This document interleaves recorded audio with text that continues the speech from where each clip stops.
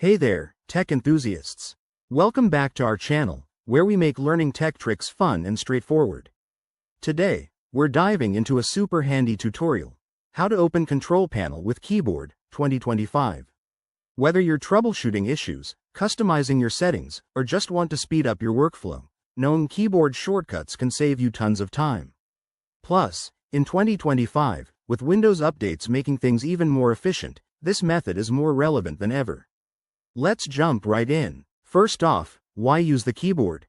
It's faster, especially if your mouse is glitchy or you're working on a touchscreen device.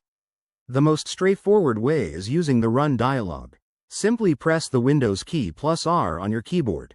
That's the key with the Windows logo, usually between Control and Alt. Once the Run box pops up, type Control and hit Enter. Boom! The Control Panel opens up instantly.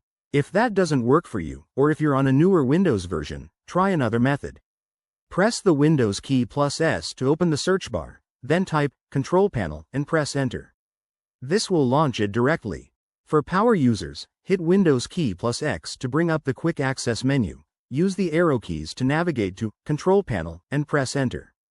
Easy peasy. One quick tip. Make sure you're on Windows 10 or 11, as these methods are optimized for them. If you're on an older version, the steps might vary slightly, but they should still work.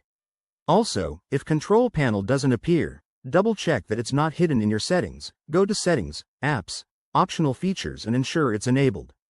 There you have it. You've now mastered opening Control Panel with just your keyboard.